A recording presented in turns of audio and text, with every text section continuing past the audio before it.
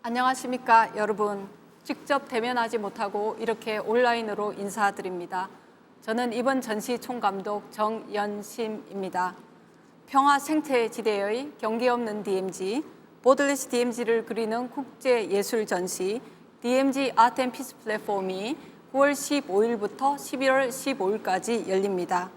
한국의 비무장지대 DMZ는 1953년에 체결된 정전협정에 따라 남북의 군사분계선에서 각각 2km 내에 있는 군사적 완충지대입니다. DMZ는 여전히 한국 전쟁의 상처가 남아있는 곳이자 민간인의 출입과 활동이 극도로 제한된 장소입니다. 한국 전쟁 이후 비무장지대에는 사람들이 자유롭게 오갈 수 없었기 때문에 생태계가 자연스럽게 보존되었습니다. 하지만 이곳에는 수많은 지뢰가 있어 보이지 않는 위협 또한 존재합니다. 우리는 분단과 전쟁의 상징이었던 한국의 DMZ의 평화지대, 생태지대를 구축하기 위해 이번 전시를 기획하게 되었습니다. 또한 과거의 아픈 기억을 추모하고 예술이 포용할 수 있는 새로운 예술 공동체를 기획하기 위해 이번 전시를 하게 되었습니다. 이번 전시는 지금 저희가 위치한 경기도 파주시 남북출입사무소 내에 위치한 유니마루를 비롯해 도라산역, 파주철거지피, 강원도 고성 제진역, 서울국립통일교육원 총 5장소에서 열립니다. 유니마루는 2003년 11월 남북 간의 원활한 물적, 인적 교류를 위해 개관했던 구출경동 건물입니다. 2021년 본 민현중 건축가가 이 출경동 건물을 유니마루라는 새로운 아트 스페이스로 리모델링을 했습니다.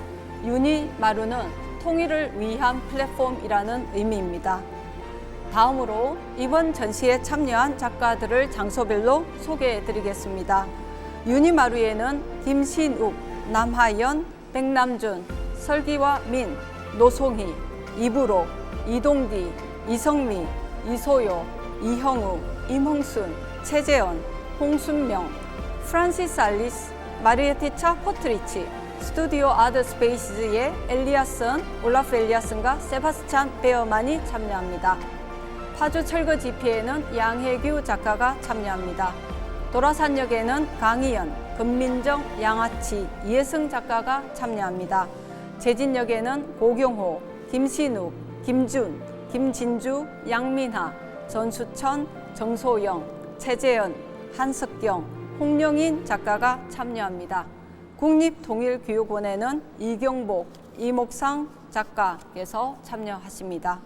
파주에서 고성까지 동서로 나눠져 있는 지리적 어려움에도 불구하고 훌륭한 작품들을 제작해 주신 32명의 작가분들께 감사 인사 드립니다. DMZ 프로젝트의 드라이빙 포스인 남북출입사무소의 김기혁 소장님, 임혜성 팀장님, 안태준 사무관님, 최종남 주무관님께 깊이 감사드립니다. 마지막으로 저희 전시에 백미 역할을 한 김태현 어시스턴트 큐레이터와 김소진 코디네이터, 기획자의 역할 또한 참으로 컸습니다. 저는 이분들의 도움이 없었다면 이렇게 방대하게 나눠져 있는 장소에서 큰 전시를 할 수 없었을 것입니다. 정말 감사합니다. 다음으로 남북출입사무소의 소장님이신 김기혁 소장님의 축하 인사말이 있겠습니다. 안녕하십니까. 남북출입사무소장 김기혁입니다. 먼저 DMZ 아트 앤 피스 플랫폼 개관이 된 것을 진심으로 축하드리고요. 저도 감개무량하게 생각합니다. 3년 전에 남북 정상이 판문점에서 DMZ를 평화지대화하겠다고 합의한 이후에 정부가 여러 가지 노력을 했습니다. 그중에 DMZ를 평화로운 공간으로 만드는 것이 무엇인가를 해석해서 그것은 아름다운 공간으로 만드는 것이다. 이런 결론하에 여러 가지 노력을 기울여 왔습니다. 특히 정연신 감독님이 여러 명가, 화가, 다음에 작가 여러분들을 모시고 명작들을 이 DMZ 공간에, 금단의 공간에 아름다운 설치 작품으로 완성을 하셨습니다. 그래서 이 DMZ 금단의 공간을 드디어 아름다운 공간으로 국민 여러분께 돌려드리게 된 첫째 날을 감개무량하게 생각하고요. 개관 행사 전시에 노력하신 여러분 특히 감사드립니다. 특히 이 공간은 앞으로 남과 북이 함께 DMZ가 평화지대화로 전환됐다는 걸 증명하기 위해서 같이 노력하는 뜻깊은 공간으로 더욱 발전되기를 기대합니다. 감사합니다. 오늘 토크는 임흥순, 최재현, 이유한 선생님의 순서로 진행하겠습니다. 작가 소개해 드리겠습니다. 임흥순 작가는 서울에서 활동하는 미술 작가이자 영화 감독입니다. 그는 정치, 경제, 자본과 국가의 맥락에서 주변화된 사람들의 삶에 관심을 가지고 있습니다. 사진, 설치미술, 공공미술, 영화 등 다양한 시각 매체를 활용하며 작품 활동을 했습니다. 한국인 최초로 2015년 베니스 비엔날레 은사자상을 수상했으며 전 세계 주요 미술관에서 많은 전시를 개최했습니다. 토크 시작하겠습니다. 저부터 네네. 그냥 얘기를 하면 편안하게. 되는 거죠? 예, 안녕하세요. 임흥순입니다. 오늘 이렇게 귀한 자리에 초대해 주셔서 너무 감사드리고 특히 이렇게 한국 미술, 세계 미술을 위해서 힘써 주신 세 분과 이렇게 좀 얘기 나눌 수 있어서 굉장히 기쁘게 생각합니다. 오늘은 어쨌든 제가 이 프로젝트를 시작하게 된 계기는 한 2년 전에 그 경기도 미술관에 계시는 이제 구정하 선생님한테 처음 연락을 받았고요. 이게 이제 박계리 선생님하고 이제 파주의 그 접경 지역에 관한 이제 프로젝트를 좀 진행한다고 해서 저한테 이제 장단 지역에 관한 사람들, 지역에 관한 것들을 좀 풀었으면 좋겠다. 이런 얘기를 해주셔가지고 그때 이제 처음 좀 기획을 시작하게 됐고요. 그다음에 사실은 이제 이 두 분과 2015년도에 그 김근태 재단에서 하는 전시를 참여하면서 이제 북한산이라는 좀 작품을 좀 만들었습니다. 이 작품이 이제 북한에서 이제 이주해 온 여성 김복주 씨하고 같이 이제 만든 작업인데 이게 저의 어떤 분단을 다룬 첫 작업이라고 할 수 있습니다. 그래서 그 이후에 여행, 그다음에 형제본 가는 길 이렇게 이르기까지 좀 계속 좀 했고요. 그래서 어쨌든 이렇게 분단의 작업을 할 수 있게 큰 좀 도움을 주시고 자리를 마련해 주신 그 박계리 선생님이나 구정하 선생님한테 이 자리를 통해서 좀 감사를 좀 드리고 싶은 마음입니다. 그래서 일단은 그 이후에 좀 전시가 중간에 좀 지연이 됐잖아요, 많이.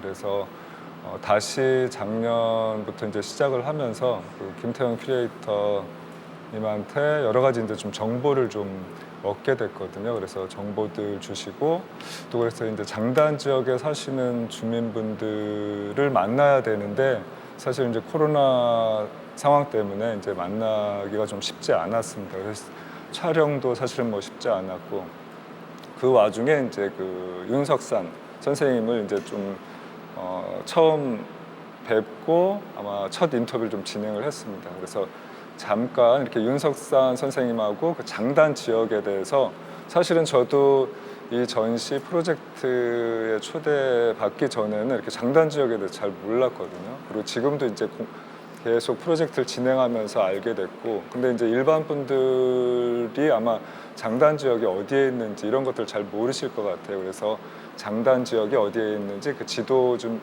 설명을 좀 드리고 그 다음에 지도 보여드리고 윤석산 선생님에 대해서 잠깐 좀 설명을 좀 드리려고 합니다.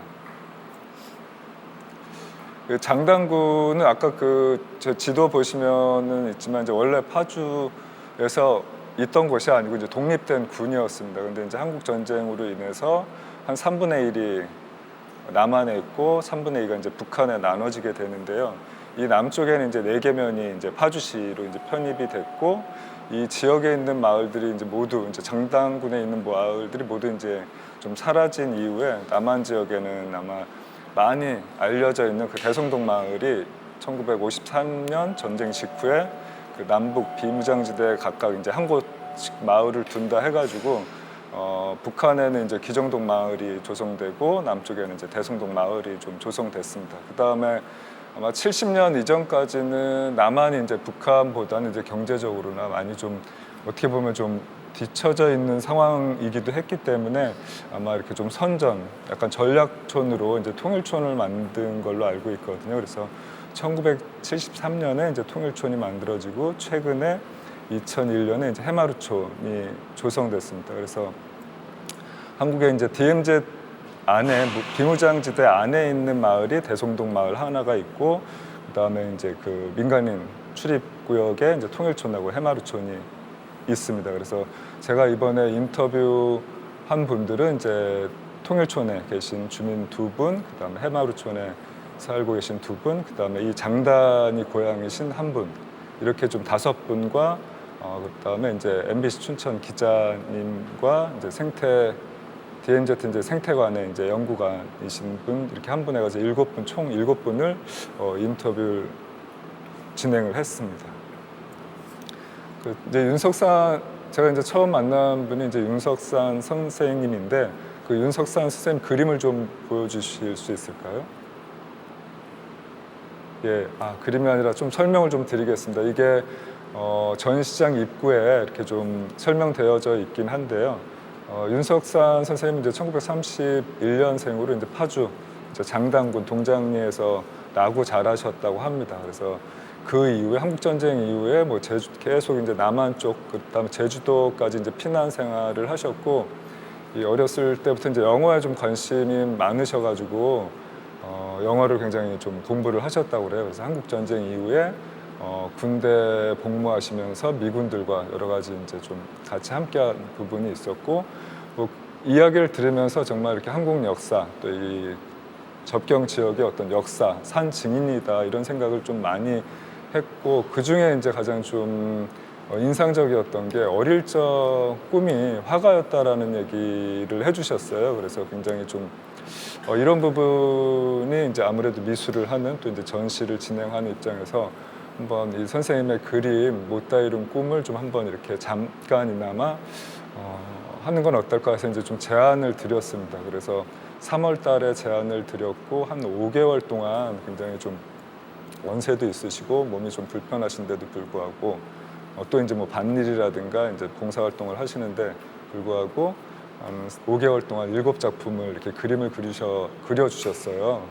근데 이제 이 그림을 그리기 이제 얘기를 나눌 때는 그 다음 장면으로 한번 좀 보여주실 수 있을까요? 다음. 네, 이 그림을 보면서 조금 더 이런 형식으로 좀 그림을 그리면 어떨까라는 제안을 드렸거든요. 이 그림 같은 경우는 그 군내 초등학교에 이제 그 봉사활동을 하시면서 그 안보 교육에 관한 것들을 이렇게 좀 제안 받으신 것 같아요. 그래서 이제 초등학생들 대상으로 이렇게 이제 본인이 당신이 겪었던 어떤 전쟁에 대한 참혹한 경험들, 이런 것들을 이제 그림으로 이렇게 좀 기록을 해 놓으신 거예요. 근데 이 그림 자체가 굉장히 좋아서 이런 식으로 또 그림을 그리면 어떨까, 이렇게 좀 제안을 드렸는데 이제는 90이 다 넘으셔가지고 이런 좀 아픈 상처, 뭐 아픈 악몽 같은 어떤 전쟁의 기억은 좀 그리고 싶지 않다, 이런 얘기를 하셨고, 한번 이런 스케치나 드로잉 말고 제대로 된 유화를 한번 그려보고 싶다, 이런 얘기를 해주셨어요. 그래서 저는 사실 이 느낌이 더 좋긴 했는데, 그래도 유화를 하고 싶다고 하셔가지고 이제 유화 도구들을 이제 갖다 드리고 그림을 그리셨습니다. 근데 이제 실제 이제 집안에 있는, 이게 이제 집안에 있는 그림이거든요. 이전에 있는 그림 2작품이 있었는데 큰 기대는 사실은 안 했어요. 이렇게 그림을 그린다는 것 자체가 너무 중요했기 때문에. 근데 한 중간에 이제 찾아뵀는데 그림이 너무 좋더라고요. 그 다음 컷으로 좀 보여주실 수 있을까요? 예. 이게 이제 제가 제안드렸던 건 아까 뭐 보셨겠지만 이제 그 본인 어떤 기억 속에 남아 있는 장면이라든가 갈 수 없는 곳들에 대한 건데 그림을 보면서 좀 약간 깜짝 놀랐습니다. 어떻게 보면은 저도 이제 뭐 회화를 좀 오래 했지만은 제가 아마 손을 풀어서 한다고 해도 저 정도 못 그릴 것 같거든요. 근데 정말 이 5개월 동안 선생님이 좀 그동안 어떤 못했던 것들을 이렇게 좀 뭔가 다 이렇게 뭔가 쏟아내시려고 했던 열정을 이렇게 정성을 들여서 쓰시지 않았나 이런 생각. 여기는 이제 개성 그 선주교인데요. 이제 이런 장소들을 계속 좀 그려주셨습니다. 네, 이거는 이제 박연폭포. 그 개성 아까 초반에 뭐 잠깐 보셨지만은 중학교 때는 이제 장당군에 중학교가 없었기 때문에 개성까지 한 2시간에 걸쳐서 개성을 다니셨다고 합니다. 네, 이런 그림들을 그리셨고요. 그다음에 사실 이제 마지막 벌써 5분이군요. 그렇죠. 네, 이런 그림을 그리셨습니다. 여기는 이제 구 장당 면사무소인데 이게 이제 DMZ 안에 있고 저도 한번 가보긴 했습니다. 이게 이 부분에 대해서 이게 이제 중간 과정 가서 두 번째 이제 인터뷰를 좀 진행한 장면이고요. 네, 그다음에 다음 보시면은 인터뷰를 함께 참여해 주셨던 분이고 마지막에 이제 그 윤석선 선생님 인터뷰하고 그림이 거의 완성될 쯤에 제가 이제 찾아가서 그림을 좀 가져오려고 그랬는데 조금 더 부족한 부분이 계속 보이셨던 것 같아요. 그래서 그 부족한 부분을 더 하고 싶다 해서 몇 작품 미리 갖다 놓고 그 이후에 또 가져오게 됐는데 마지막에 이제 저한테 이제 그림을 마지막에 주면서 밖에 나오셔가지고 이 작품은 본인한테는 이제 필요 없을 것 같다고 얘기를 하시더라고요. 이렇게 그림 그리는 거 기회를 줘가지고 너무 좋고 행복했다고 얘기를 하시고 이 그림은 이제 걸어 놓을 데도 없고 뭔가 방은 넓으신데 놀 데도 없고 뭐 이렇게 얘기를 하시더라고요. 그래서 제가 그림 전시가 끝난 다음에 알아서 이렇게 하시라고 얘기를 하시더라고요. 그래서 예, 어쨌든 그러면은 이런 이야기, 뭐 그림들을 좀 더 이제 서울에서도 전시할 수 있으니까 그런 기회가 있으면 널리 알려드리겠다 말씀드리고 굉장히 좀 여러모로 미술하는 사람으로서 좀 마음이 좀 복잡했습니다. 그 당시에는. 근데 지나고 나서 여러 가지 좀 안타까운 부분도 있고 뭐 죄송한 부분도 있고 이런 부분이 있었는데 지나고 나서 생각해 보니까 어쨌든 이 오랜 경험들 어떤 한국 역사에서 오랜 경험들을 살아오시고 그림으로 하시고 제가 이렇게 뭔가 짧은 시간이었지만 같이 함께 할 수 있었던 것만으로도 굉장히 좀 행복하다는 생각들이 좀 다시 이렇게 좀 밀려왔던 경험들이었습니다. 예. 그리고 저의 이제 뭐 마지막에 이제 출품 작품들이 보였나요? 리스트가? 네, 요 정도 저는 얘기 드릴 수 있을 것 같습니다. 그리고 마지막으로 그 메인 작품인 그 고야 트레일러를 한 4분 정도 만들었거든요. 4분짜리로. 그래서 이 4분짜리 영상을 보시면 어떤 느낌인지 좀 확인하실 수 있을 겁니다. 네, 그럼 좀 바로 상영하겠습니다.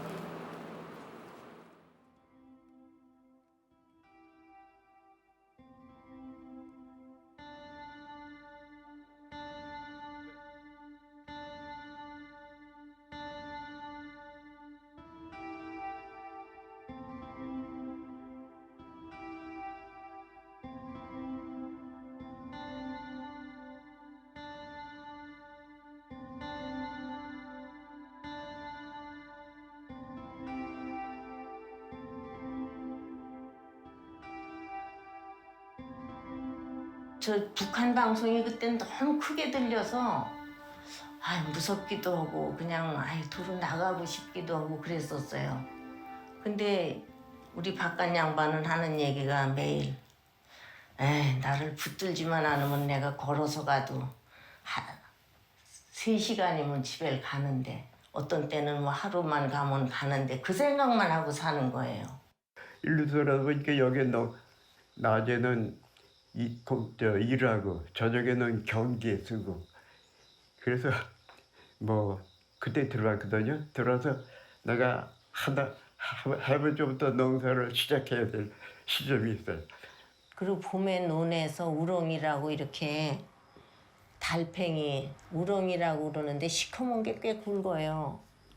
그런 것도 잡아먹고 그랬는데 이제 농약이 자꾸 많이 치다 보니까 그게 없어지고 많아지는 건 외국종 풀. 그 지금 잘 모르지만 이 들에 나가다 보면 잎이 이렇게 넓적한 풀이 키가 큰 게 자풀로 있는 게 있는데 그 외국종이래요. 거기서 그걸 캐다가 검사를 해봤는데 뭐 별거 다 했을 거예요. 연구를 해봤는데 우리나라가 더워져서 그렇대요. 그리고 하나 더 말씀드리면 이제 복례 꼬리풀이라고 이제 그거는 이제 북한 금강산이라고 거기 금강산에서 처음 발견됐고 그 발견돼서 이제 그거로 학명에 대한 이름을 또 붙이게 된 식물이 있고요.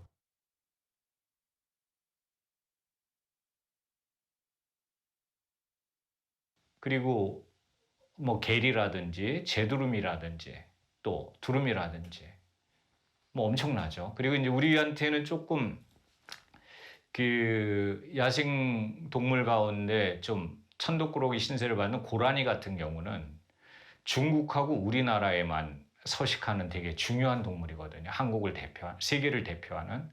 근데 이제 DMZ에서 같이 편안하게 살고 있고. 앞으로는 남양이고 뒤쪽인 북한이요. 서쪽이란 말이에요.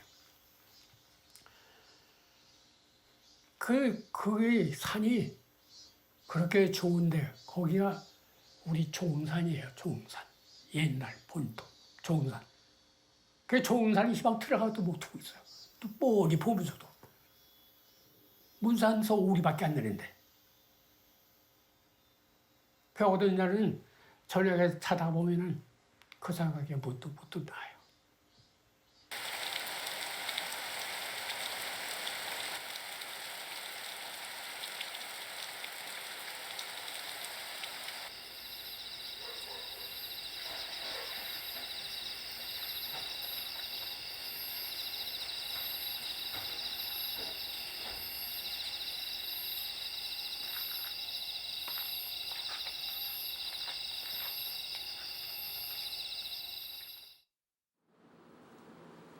네.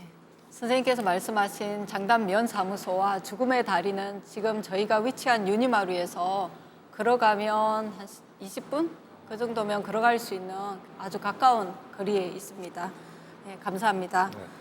최재현 작가님은 서울에서 태어나 도쿄와 베를린을 오가며 활동하고 계십니다. 86년부터 자연의 움직임을 관찰하는 시간관, 생명이 순환하는 우주관이 반영된 사진, 입체, 영상 등 폭넓은 작품 활동을 전개하였습니다. 주요 개인전으로는 아소카의 숲, 루시의 시간 등이 있고 그 외 베니스 건축 비엔날레, 서울 미디어 시티 비엔날레 등 다수의 개인전과 단체전에 참여했습니다. 선생님께서 오늘 저희 지금 제진역하고 유니마루에 동시에 전시를 하고 계신데요. 작품에 대해서 설명해 주시겠습니다. 네, 주세요. 우선 이렇게 영광스러운 자리에 함께하게 돼서 굉장히 기쁩니다. 그리고 제가 그 DMZ에 대해서 흥미를 갖게 된 거, 관심을 가진 것은 2014년 김선정 씨가 진행하는 리얼 DMZ 프로젝트의 계기가 됐습니다. 그래서 그 계기로 인하여 대지의 꿈이라는 프로젝트를 2015년부터 시작하였습니다. 이것은 공동 프로젝트로서 세계의 뜻을 함께하는 이것은 그 뜻을 함께하는 작가, 건축가, 과학자, 생태학자, 철학자 등 약 20명이 참여한 프로젝트로서 장소는 철원 DMZ가 되겠습니다. 이것은 그 프로젝트의 사이트 플래닝인데 공중 정원을 만들어서 어떤 프로젝트의 의는 우주관이라든가 세계관, 자연과 그동안에 그 안에 살아가는 어떤 생명의 이상적인 관계에 대한 깊은 사유의 과정이라고 말할 수 있겠습니다. 이것은 남북과 오른쪽 제4터널을 연결하는 공중 통로로서 약 20km의 길이고, 그리고 정자와 쉬는 정자와 타워, 그리고 터널에 그 건축가 조민석 씨가 제안한 종자와 종자은행과 그리고 지식저장소를 갖게 되는 그런 꿈의 프로젝트입니다. 그래서 이 프로젝트를 계기로 저는 쭉 DMZ에 대해서 프로젝트를 현재까지도 진행하고 있습니다. 다음 거 주세요. 이 작업은 DMZ에 존재하는 106종의 멸종위기종의 이름 부르기를 의미하는 작업입니다. 멸종위기종의 이름표인데 사라져가는 생명체들에 대한 어떤 아쉬움이라고 그럴까, 연민, 나아가 지구상의 생태 위기에 대한 일종의 메시지입니다. 그러면서 그 멸종위기종의 이름표를 설치하는 과정의 어떤 퍼포먼스를 영상으로 보여주는 그런 작업으로 소재로서는 순백자가 되겠습니다. 이것은 2019년 동경의 하라미술관에서도 발표가 된 작업입니다. 이것은 유니마루에서 표현한 작업입니다. 네. 그리고 이것은 이제 대지의 꿈의 그 연장선상에서 이루어지는 작업인데, 저는 그 DMZ를 언제까지나 이렇게 미지의 세계로 볼 것인가에 대한 의문이 많았어요. 그래서 가능한 현실적으로 접근하고 싶은 생각이 늘 저한테는 그런 생각이 있었습니다. 그래서 2020년부터 2021년에 걸쳐서 DMZ의 생태 현황을 분석하는 작업을 시작했습니다. 그것은 지상에서 어떤 가능한 높이에서 그것을 스캔하는 작업인데, 약 1년을 걸쳐서 스캔을 하고 생태 현황 분석을 한번 한 후에 그곳에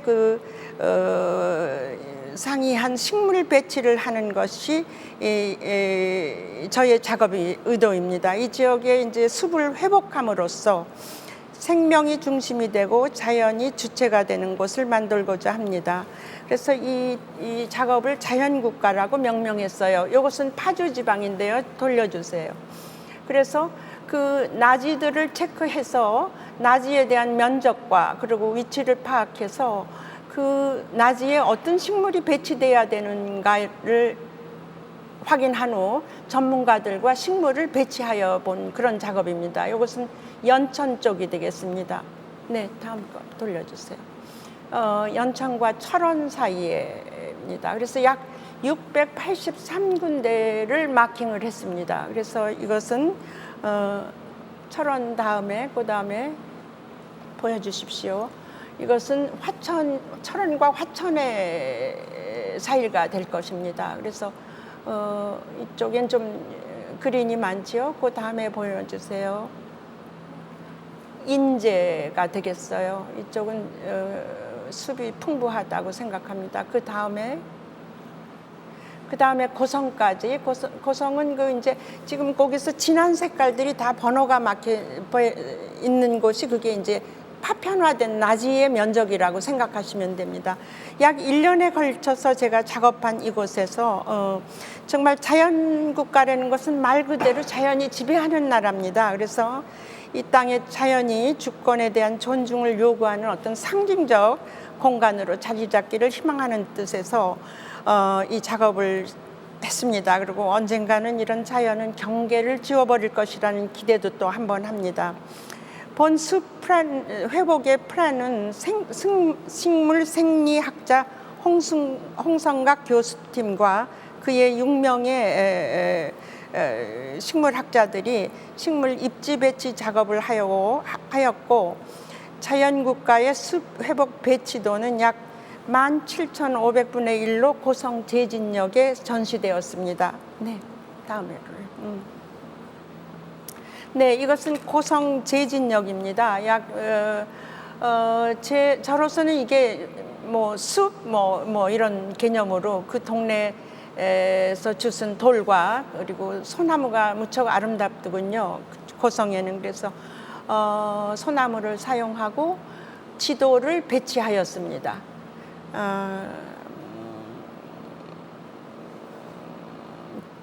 DMZ는 제가 생각했던 것보다 저희 환상보다는 훨씬 많이 파편화됐다는 것을 이번에 제가 느꼈고, 역시 오랜 기간 인간의 간섭으로 인하여 우리들이 생각할 수 하는 이상으로 산들이 뭉개져 가고 있는 어떤 현실을 본 것 같은 느낌이 듭니다. 여기 다음 요거 셋 카트하고, 예, 여기는 파주가 되겠죠. 네, 클로즈업으로 잠깐 보입니다. 네, 이것은 굉장히 가슴 아픈 사진인데요. 이게 현재 DMZ의 현 상황입니다. 그러니까 파편화된 DMZ의 풍경이라고 그럴까요? 그러니까 이런 곳을 마킹해서 어떤 식재를 거기에다 배치할 것인가 한 작업이 본 작업에 속하겠습니다. 그래서 이 파편화된 총 나지의 면적은 186.50제곱킬로미터에 달하고, 이 안에는 남북한 접경 지역에도 약간 들어가 있습니다. 벌써 다 됐어요? 그 다음 해주세요. 네, 이것은 잠깐만요. 네, 이것은 그 면적을 계산한 그 나지의 면적 계산표입니다. 네, 그 다음에 해주세요. 다음 가주세요. 네, 이것은 종자볼이라고 그러고, 이 본명은 시드밤이라고 그래요. 종자 폭탄이라고 그러는데 좀 너무 세서 DMZ라 폭탄이란 말을 좀 배제하고 종자볼하고 시드밤이라고 저는 읽고 싶어요. 이 종자볼을 제작하여 이것을 공중에서 투하하는 방법으로 숲을 조성하는 게 어떤가 하는 저는 방법을 모색했어요. 왜냐하면 그것은 지뢰가 있기 때문이죠. 특히 지뢰 중에서 그 다음 카트를 보세요. 그 종자볼 다음 카트 보여주세요. 네, 이 드론을 사용해서 그 아까 파편화된 장소에 살짝 갖다 내려놓는다고 그럴까요? 그렇게 투하하는 그런 방법으로 이제 숲을 형성한다, 이런 뜻입니다. 그리고 이제 그 이유는 우리 인간이 발길을 닿지 않고도 이것을 갖다가 공중에서 숲을 만들 수 있는 어떤 하나의 아이디어고요. 그 다음 카트를 한번 보여주세요. 이게 이제 저희 나라 DMZ의 가장 문제가 되는 지뢰, 대인지뢰 M14라는 대인지뢰입니다. 이것은 특별히 플라스틱으로, 재질이 플라스틱으로 돼서 영원히 썩지 않습니다.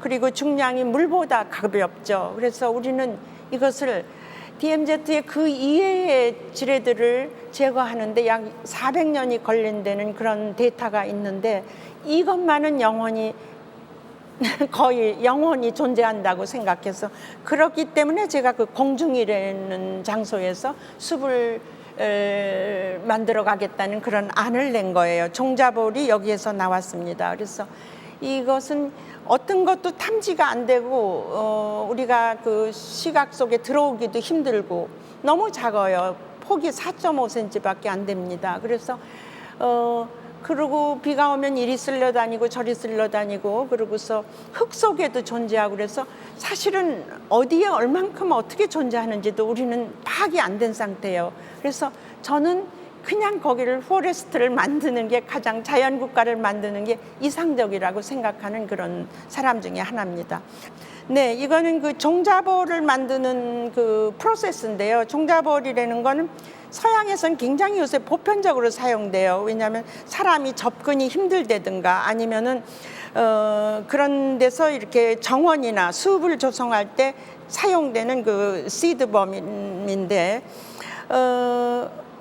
어쩌면 DMZ의 가장 이상적인 방법이지 않을까, 이렇게 해서 이제 이거를 제안합니다. 그래서 이 종자볼은 점토에다 씨앗을 넣어서 이렇게 경단을 만드는 아주 심플한 방법입니다. 그래서 이거는 뭐 이제 발화율이 한 50%에서 60%, 80%를 보고 있지요. 그러고서 굉장히 보편적인 방법입니다. 그리고 코스트도 적고, 그래서 저는 이것을 굉장히 그 제안을 합니다. 그래서 이것은 드론으로 이제 투하해서 거기서 이제 식물에 잎이 나는 그런 과정을 이제 매뉴얼을 작성해 봤습니다. 그 다음을 보여주십시오.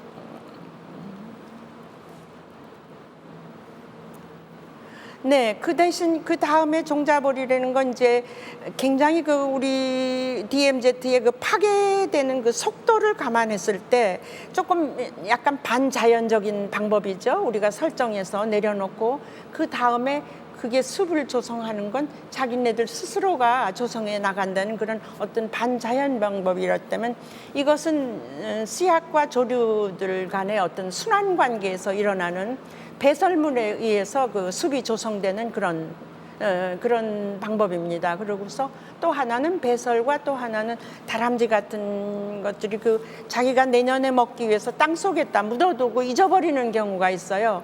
그래서 생기는 어떤 자연 방법의 순환 관계에서 일어나는 어떤 숲 조성의 방법이고요. 그 다음에 다음 주세요.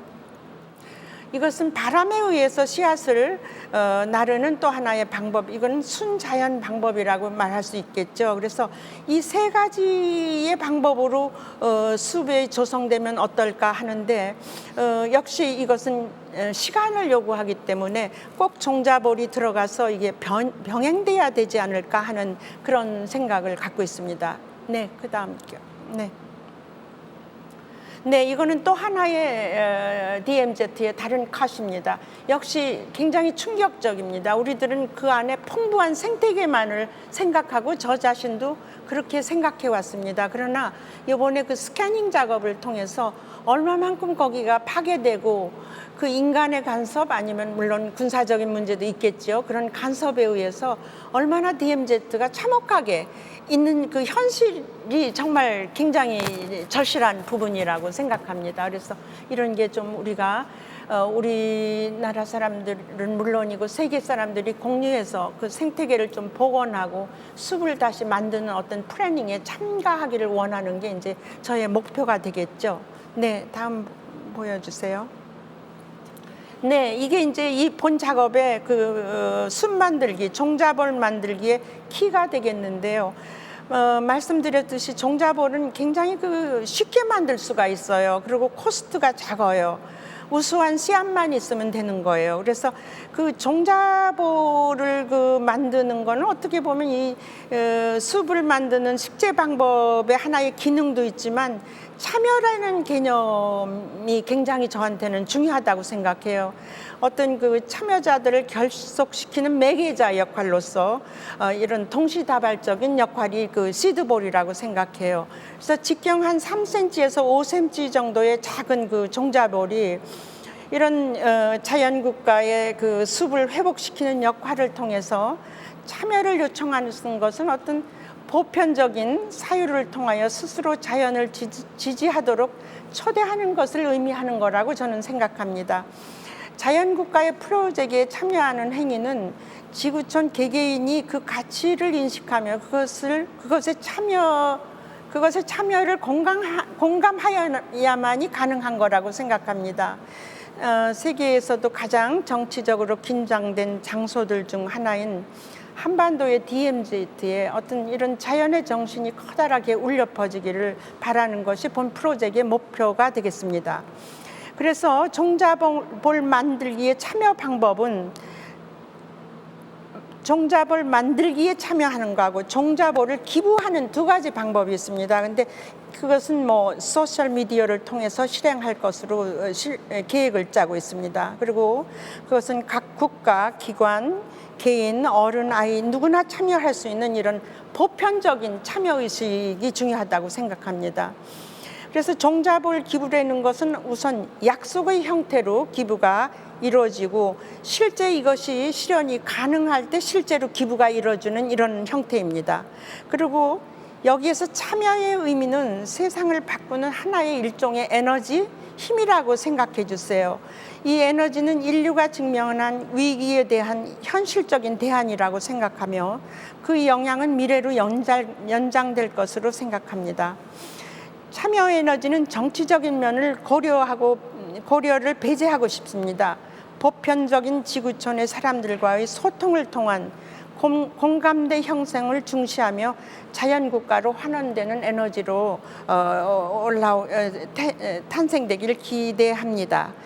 인류 문명은 숲을 파괴하면서 발전돼 왔다고들 해요. 인간은 더 크고 높은 곳을 올라가야 한다고 외치곤 하지만 인간의 지나친 욕망이 가지고 온 결과가 결국 문명의 후퇴는 아닌지 생각하게 됩니다. 이 순간 어디서도 또 파괴의 경음이 들리고 있는지도 모르겠죠. 감사합니다. 네, 감사합니다, 선생님. 네네, 네, 말을 저희가, 잘못해서 죄송합니다. 아닙니다. 이봉순 선생님은 척경지대 사람들에 대한 다큐멘터리를 제작하셨고, 그리고 선생님은 DMZ 하면 또 저희가 생각나는 게 생태지대라고 생각을 하죠. 그렇지만 여기에 지뢰가 있다거나 그다음 파괴된 그런 부분들이 있어서 선생님께서 아주 장기적인 프로젝트로 생각하시고 작업하고 계십니다. 그래서 자연국가는 재진역의 저희 프로젝트이고요.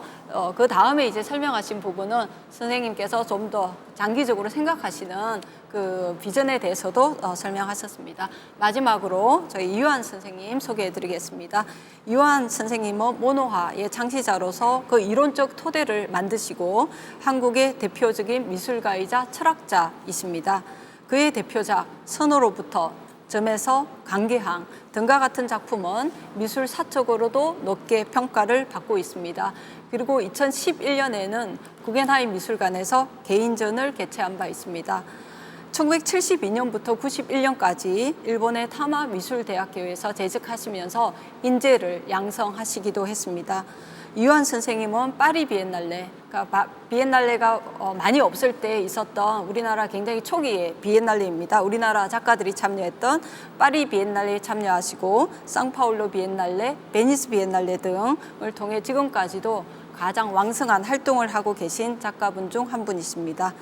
네, 오늘 선생님께서 저희에게 특별한 게스트로서 말씀을 해주시겠습니다.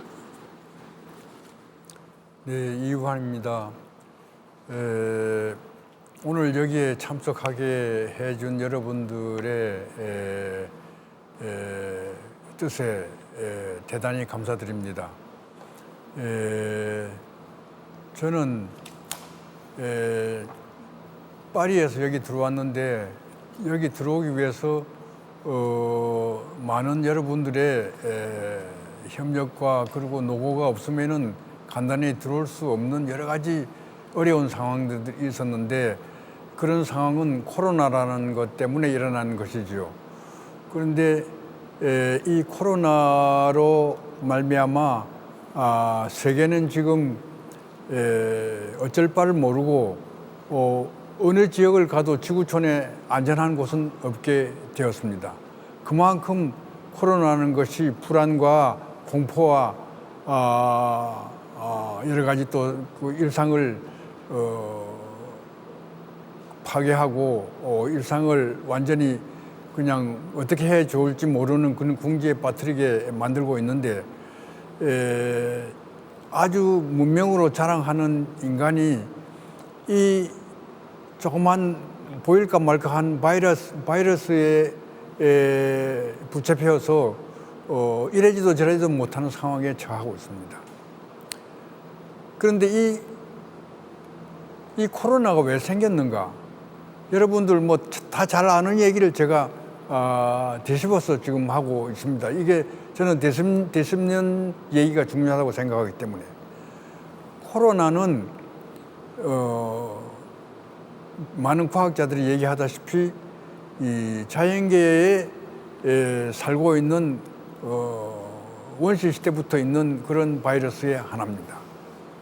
그런데 그 바이러스가 편안하게 잘 살고 있던 곳을 인간이 난개발이니 이 벌채니 별 여러 가지 이 욕망 충족을 위한 많은 생산 혹은 많은 여러 가지 인간들의 난폭한 행위에 의해서 살 곳을 잃어버렸습니다.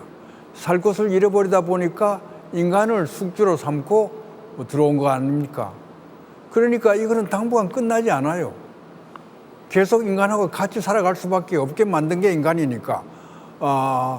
그동안에 백신도 만들고 약도 만들어서 어떻게 하든지 조금이라도 인간이 좀 더 안전하게 살아갈 수 있는 지혜를 짤 수밖에 없고 물러날 수 없는 것과 같이 살아가는 그런 입장을 취하는데 그런 것 뒷면에 뭐가 있었는가 하면 생태계가 파괴됐다 하는 거 아닙니까? 근데 그 생태계 문제가 아주 알기 쉽게 절실하게 남아 있는 것이 이 한국의 이 분단과 직결되어 있는 이런 경계선에 있는 지역이 아닙니까? 그러니까 나는 그전에 듣기로는 이 분단 지역은 생태계의 아주 낙원이고, 그리고 대단히 그 동식물이나 미생물이나 그것이 잘 보존되고 아주 그 뭔가 그 걔네들을 위한 아주 훌륭한 그런 지역으로 알려진 것으로 알고 있었어요. 근데 이번에 와서 우리 최재한 씨가 보여주는 여러 가지 동영상이니 많은 데이터를 보니까 그런 부분은 극히 일부이고, 이 분단 지역이 얼마나 많이 파괴가 됐는가. 그리고 인간이 이게는 산업에 의해서가 아니고 전쟁이라든지 여러 가지 다른 그 이유에 의해서 그냥 그 황무지를 만들어 놓은 그런 것을 보고 난 깜짝 놀랐어요. 그러니까 이게 그 자연계의 낙원이 아니라 그냥 인간이 이 자기네들의 어떤 특정한 어떤 이유에 의해서 그냥 파괴시켜 놓은 그것을 어떻게 해야 될까 하는 것은 이데올로기를 넘어서서 인류라면은 누구나 어떤 계층이나 어떤 사상을 가졌던 이것은 자연을 어느 정도 살리고 생태계가 활성화됨으로 해서 인류가 살게 되고 그 다음에 이데올로기니 뭐니 다 있는 거라고 생각합니다. 그래서 이건 아주 인류가 지금 그 기후 변동이니 뭐니 여러 가지 복잡한 가장 상징적인 게 그 코로나인데, 그런 것을 가능한 대로 조금이라도 그 좋은 방향으로 끌고 가기 위해서는 생태계의 복원이라든지 또 이게 남북 간의 여러 가지 이 감정이나 모든 생각들을 완화시키고 조금이라도 좀 앞을 미래를 보고 나아갈 수 있는 그런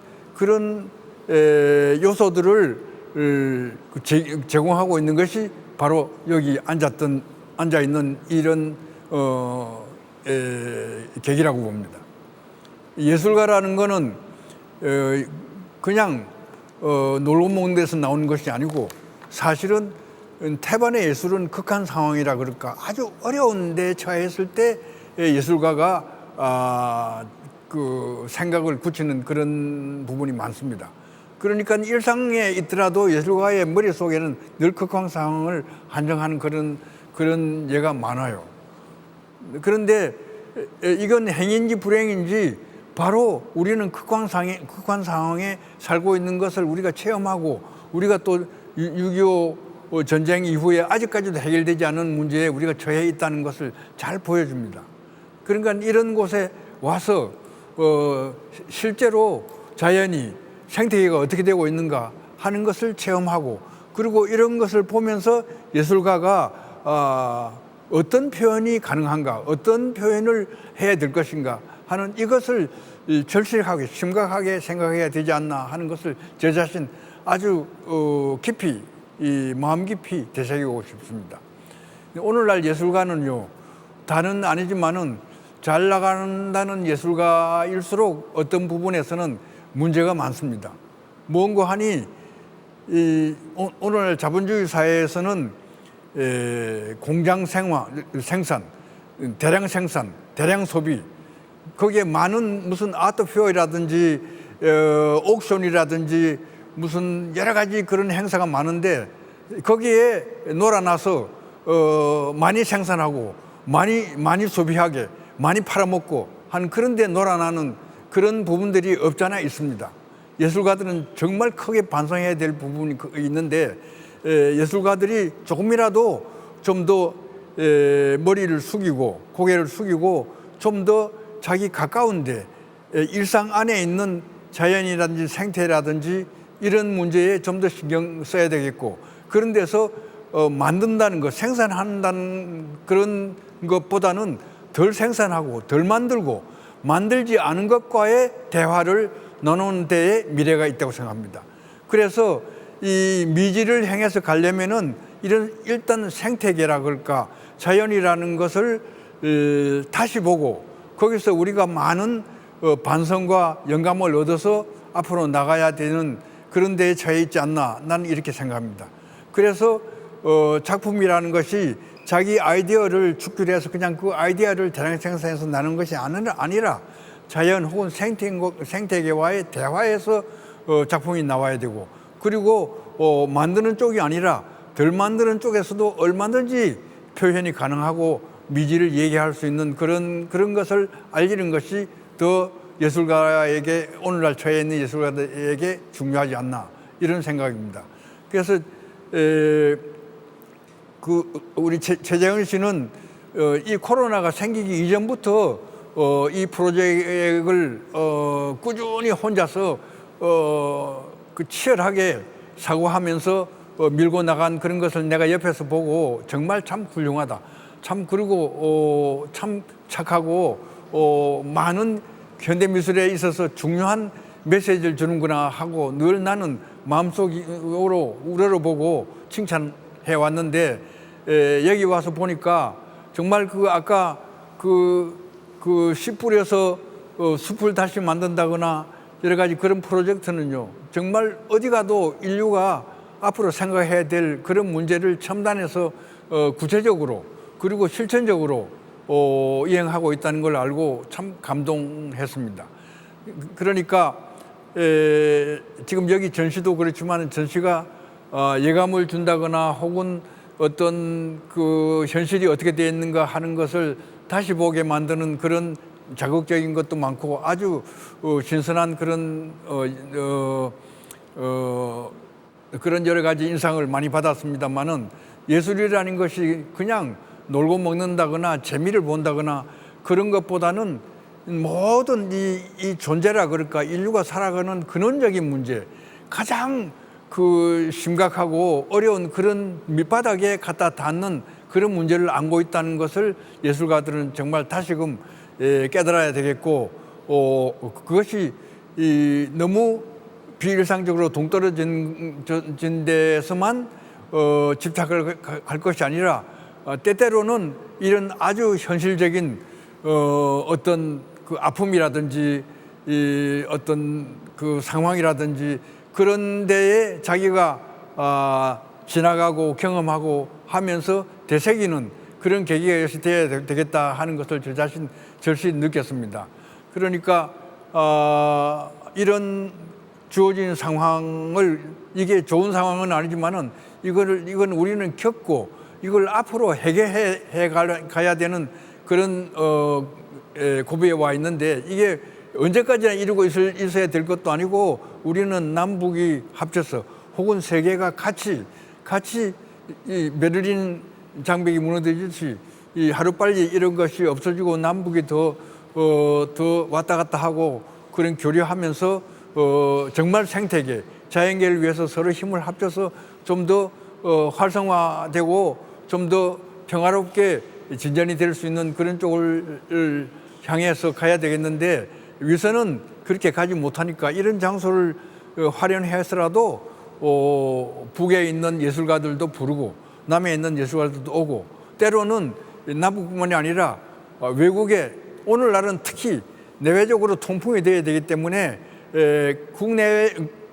국내만 가지고 되는 게 아니고 많은 멀리 있는 외국의 작가들도 같이 섞여서 같이 생각을 교류하고 거기서 전람회도 같이 하면서 생각을 펴가는 그런 것이 오늘날 또 가능하고 그 예술에서는 어느 정도 정치는 어려운 문제가 있어도 예술 쪽에서는 가능한 부분들이 더 많다고 보니까 그런 쪽으로 우리 통일부나 정부에서도 좀 더 적극적으로 힘써 주시고 작가들은 정말 그 의식을 다시금 현실을 통과하는 그런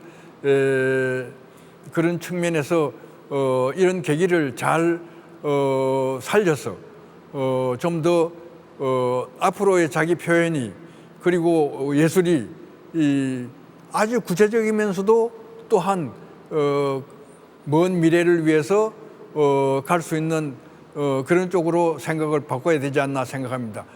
오늘날 여러분도 잘 아시다시피 이 분계학이라는 것이 최근에 많이 얘기가 되는데, 일본에서 있으면서 나는 그쪽 계통의 책을 꽤나 읽었습니다. 읽으면은 데이터 상으로는 앞으로 반세기 살기가 어려운 그런 것으로 나와 있습니다. 데이터 상으로는. 그러니까 그걸 보면 암담합니다. 이래가지고 미래가 보이지 않는 이런 데이터를 가지고 인류가 어떻게 할 것인가. 그런데 이 인류는요, 지혜만 있는 것이 아니고 자꾸만 이게 절망으로 혹은 뭐라 그럴까, 자기를 닫고 자기를 그냥 없애는 그런 쪽으로 치닫고 있어요. 이 문명이라는 건, 오늘날 문명은 그냥 이게 한 발치도 스톱을 하질 않고 그대로 사는, 지금 이 코로나 때문에 주춤하는 그런 부분이 있는데, 이게 조금 더 완화가 되면은 더 빨리 달릴지도 모릅니다.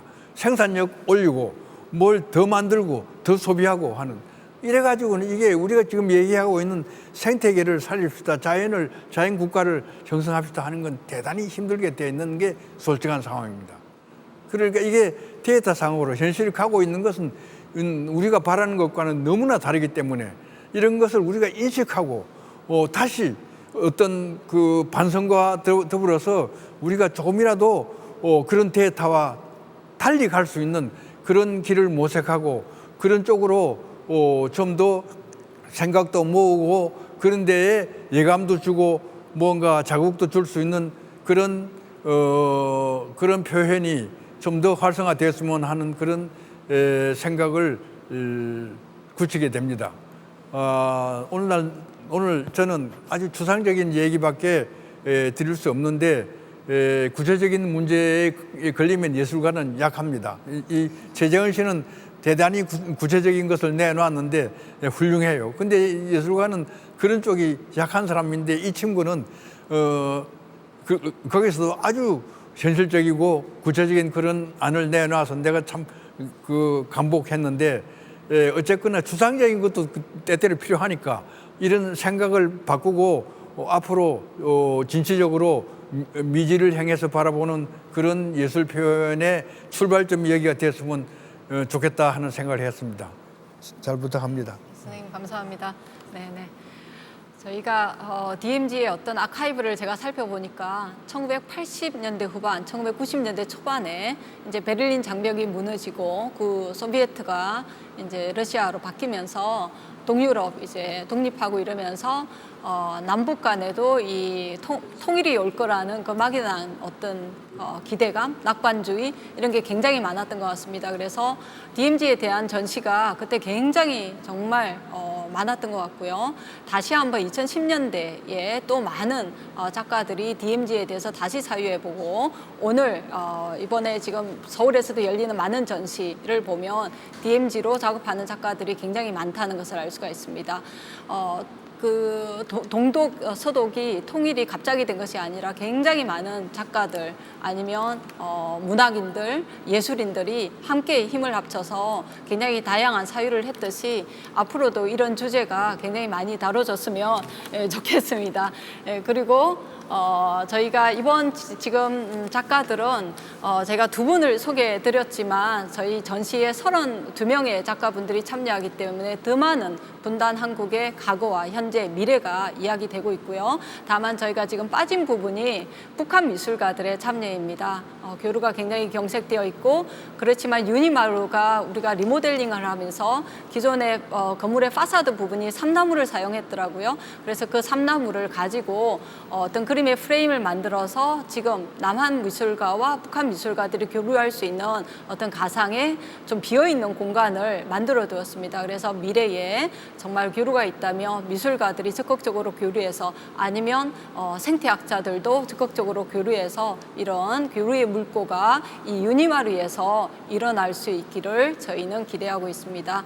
지금 뒤에 보시는 작품이 백남준의 작품입니다. 코끼리 수레이고요. 그 앞에 보면 백남준이 2000년에 했던 호랑이는 살아있다라는 14분 정도의 영상 작품이 우리가 동시에 보이고 있습니다. 그래서 백남준의 DMZ 프로젝트를 비롯해서 과거의 DMZ 프로젝트뿐만 아니라 지금 백남준 작품 앞에는 슬로베니아 작가인 마리에티차 포트리치의 그 DMZ 혁은 무엇으로 이루어져 있는가라는 그 작품들이 신작이 설치가 되어 있습니다. 그래서 기회가 된다면 여러분이 이 전시를 꼭 보시길 바라고요. 팬데믹 시대에 이제 온라인 전시는 저희에게 필수가 되었습니다. 그래서 순차적으로 저희가 온라인 플랫폼 안에서 많은 전시에 대한 내용들을 공개할 예정이니 전시에 대한 기타 프로그램도 온라인에서 꼭 확인하시길 바랍니다.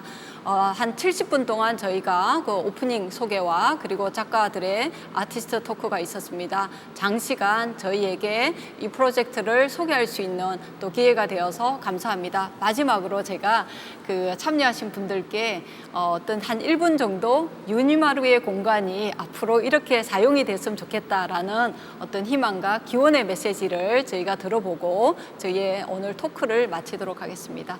이몽순 선생님 이번에 이제 전시를 하게 됐는데요. 이 공간이 이제 어떻게 보면 항원 항습이 되고요. 자외선 차단이 되는 어쩌면 DMZ 안에 있는 그 굉장히 중요한 첫 어떤 미술 공간인 것 같거든요. 그래서 이 공간이 미술가들에게 또는 문학을 하거나 공연을 하거나 이런 분들에게 좀 어떤 방식으로 사용됐으면 좋겠는지 그 상징적인 의미를 좀 설명해 주시면 좋을 것 같습니다. 네, 뭐 설치를 하면서 최재현 선생님도 얘기를 해주셨지만은 이제 많은 작가분들이 그 DMZ를 좀 더 많이 다뤄줬으면 좋겠다라는 얘기를 하셨습니다. 그리고 뭐 최근에 이렇게 마을들 보니까 예전에는 안보관광으로 이렇게 좀 얘기를 많이 했는데 지금은 뭐 생태관광이라든가 이런 것들을 고려하고 많이 그런 쪽으로 이렇게 좀 변화를 하고 있는 것 같습니다. 그래서 저도 이번 작업을 하면서 조금 뭐 멸종위기,